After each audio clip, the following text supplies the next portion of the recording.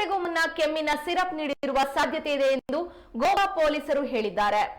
ಆರೋಪಿ ಉಳಿದಿದ್ದ ಹೋಟೆಲ್ನ ಕೊಠಡಿಯಲ್ಲಿ ಕೆಮ್ಮಿನ ಸಿರಪ್ನ 2 ಖಾಲಿ ಬಾಟಲಿಗಳು ಪತ್ತೆಯಾಗಿವೆ.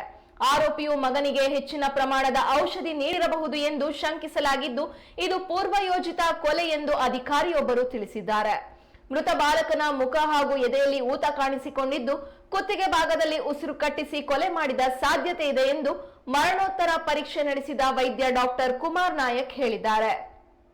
ಹಿರಿಯೂರು ಸಾರ್ವಜನಿಕ ಆಸ್ಪತ್ರೆಯ ಶವಾಗಾರದಲ್ಲಿ ಮರಣೋತ್ತರ ಪರೀಕ್ಷೆ ಮುಗಿಸಿದ ಬಳಿಕ ಅವರು ಮಾಧ್ಯಮಗಳಿಗೆ ಮಾಹಿತಿ ನೀಡಿದ್ರು. ಕುತ್ತಿಗೆ ಭಾಗವನ್ನ ಬಿಗಿ ಹಿಡಿದು ಉಸಿರು ಕಟ್ಟಿಸಲಾಗಿದೆ. ದಿಂಬು ಬಳಸಿ ಕೃತ್ಯ ಎಸಗಿರಬಹುದು.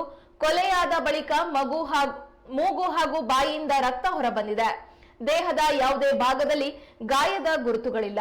ಬಾಲಕ ಮೃತಪಟ್ಟು 36 ಗಂಟೆಗೂ ಹೆಚ್ಚು ಸಮಯ ಕಳೆದಿದೆ ಎಂದು ಹೇಳಿದ್ದಾರೆ. ತಾಯಿಯಿಂದಲೇ ಹತನಾದ 4 ವರ್ಷದ ಬಾಲಕ ಚಿನ್ಮಯ್ ಅಂತ್ಯಕ್ರಿಯೆ ಬೆಂಗಳೂರಿನ ಹರಿಶ್ಚಂದ್ರ ಘಾಟ್ನಲ್ಲಿ ನಡೆಯಿತು.